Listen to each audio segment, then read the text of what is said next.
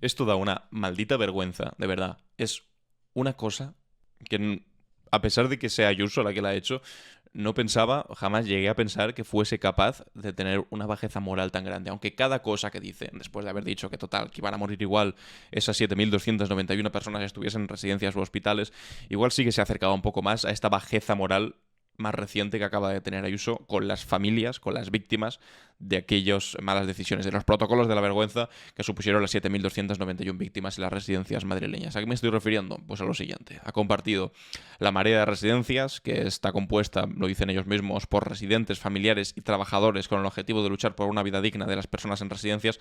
Es decir, muchas incluso de las familias que sufrieron las muertes de aquellos seres queridos que durante los peores meses de la pandemia fueron, bueno, pues acabaron sus vidas en las residencias sin poder ser derivados a los hospitales en el peor momento de la pandemia. ¿Y qué ha ocurrido?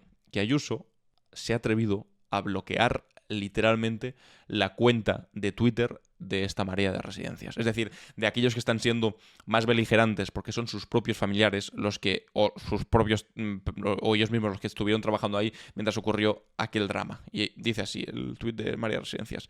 Tras dejar morir a nuestros seres queridos, privándoles de su derecho a asistencia sanitaria y a una muerte digna, la presidenta bloquea a los familiares de sus víctimas. Esto, al igual que sus exabruptos, no está a la altura de una presidenta de una comunidad como la de Madrid.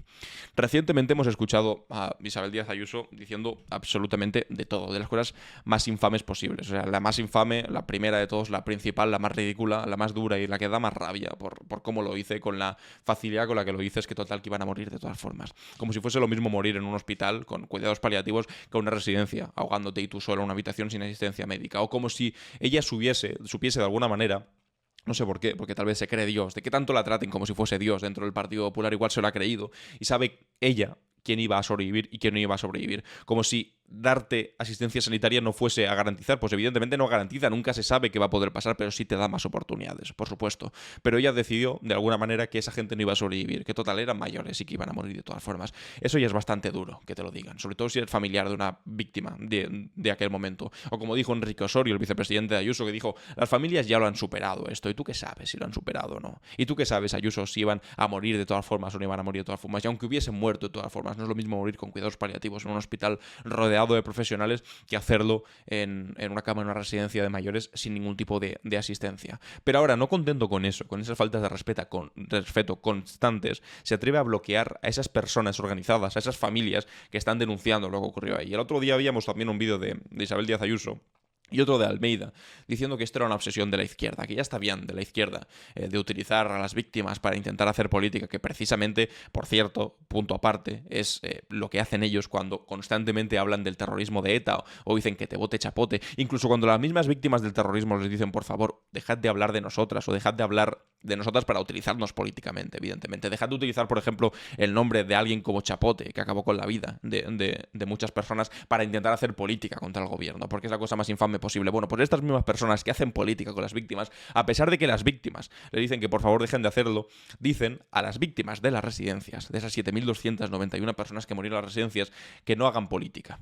Que eso es una cosa de la izquierda, y no es una cosa de la izquierda, no es una cosa que se haya inventado ahora. Ojalá no existiese este problema, ojalá no se hubiese producido en las residencias este asunto, ojalá no se tuviese que estar hablando de esto, porque esas personas que te están pidiendo, por favor, que haya transparencia, que salgan las actas de las policías, que enseñen lo que ocurrió en aquel momento y que expliquen las decisiones políticas que se tomaron a partir de los protocolos de la vergüenza por las cuales aquellas personas que están en residencias de mayores no se derivaban a los hospitales, que lo expliquen, y que lo que tenga que tener consecuencias, que tenga consecuencias, no es la izquierda quien se lo está inventando, son los propios familiares, es gente como la que compone la marea de residencias, que por cierto, cuando son los familiares organizados los que le piden palabras, los que le piden hechos, los que le piden transparencia a Isabel Díaz Ayuso para saber qué ocurrió con sus familiares, que están en todo el legítimo derecho del mundo.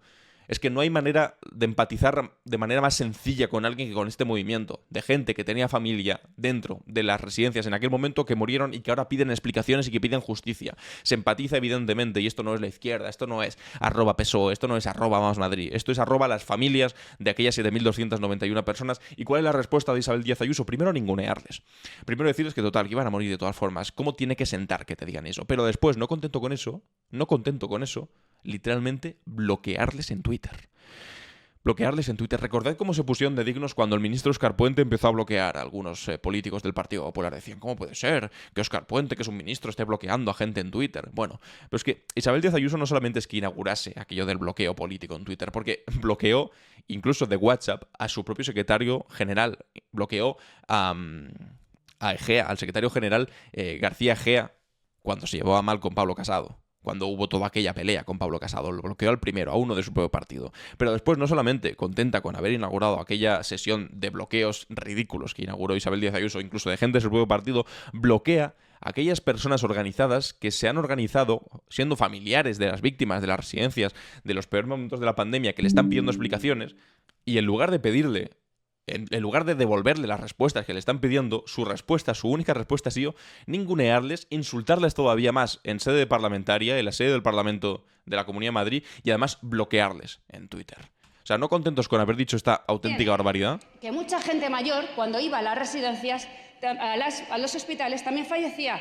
Porque cuando una persona está gravemente enferma, cuando una persona mayor está gravemente enferma con el COVID, con la carga viral que había entonces, no se salvaba en ningún sitio. Y usted... Qué barbaridad, qué barbaridad. O sea, no contento con haberle dicho esto, que no se iban a salvar en ningún sitio, que estaban enfermos y que iban a morir de todas formas, como si una buena asistencia sanitaria no te diese más oportunidades. Es que aunque fuese que se salvase el 10% de aquellos que hubiesen ido, que es muy posible que fuese más incluso, con una buena asistencia sanitaria, con alguien por lo menos que te ayudase, solamente con que se hubiesen salvado 1000 de esas 7291 personas ya merecía la pena haberlas derivado. Solamente con que hubiesen sido 100 ya habría merecido la pena. Solamente con que hubiese sido una persona ya habría merecido la pena, porque cada vida es preciosa, cada vida es preciada, cada vida merece la pena, por supuesto, pero ella dice que total, que iban a morir de todas formas. Y aunque hubiese muerto de todas formas, como dice aquí, de manera infame, y ha repetido unas cuantas veces Ayuso, no es lo mismo morir de una manera indigna, solo, en una residencia, sin que nadie te cuide, que en un hospital con medidas paliativas, con cuidados paliativos. Evidentemente no es lo mismo. Y esto es una falta de respeto para las familias a las que se le está diciendo esto a la cara. Que total, que iba a pasar de todas formas.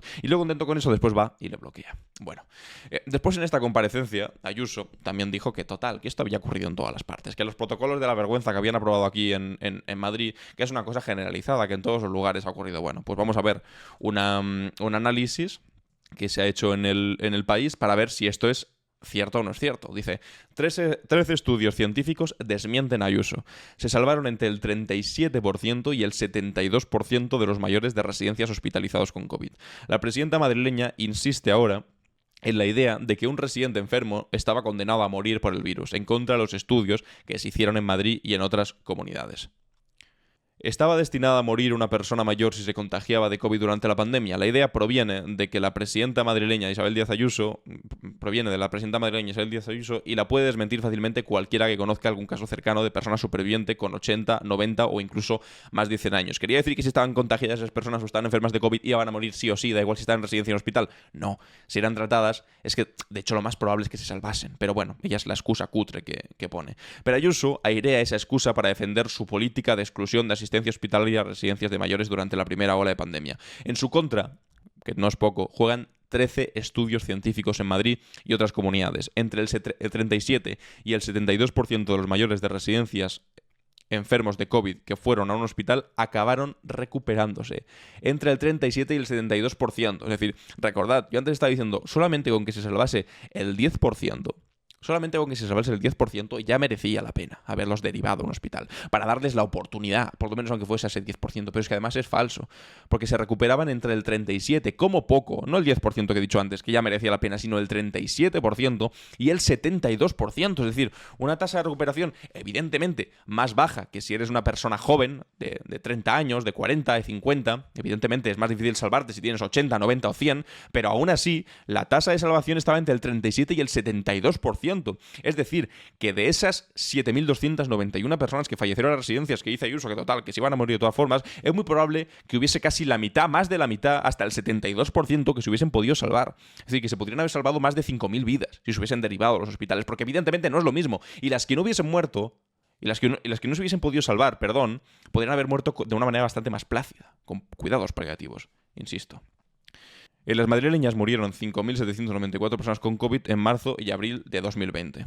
Ayuso ha retornado al tema en los últimos días, en medio de críticas por sus intentos de bloquear el acceso, además de bloquear en Twitter a las víctimas de las familias de las víctimas de aquellas residencias, a las actas que redactaron los policías en sus visitas a las residencias. Este lunes la presidenta defendió, en un desayuno informativo, lo volvió a repetir lo que acabamos de escuchar, que el traslado al hospital no garantizaba la supervivencia, como demuestran las cifras. Ayuso no precisó cuáles eran esos datos y la Consejería de Sanidad no ha contestado a una pregunta de este periódico sobre cuál es la fuente.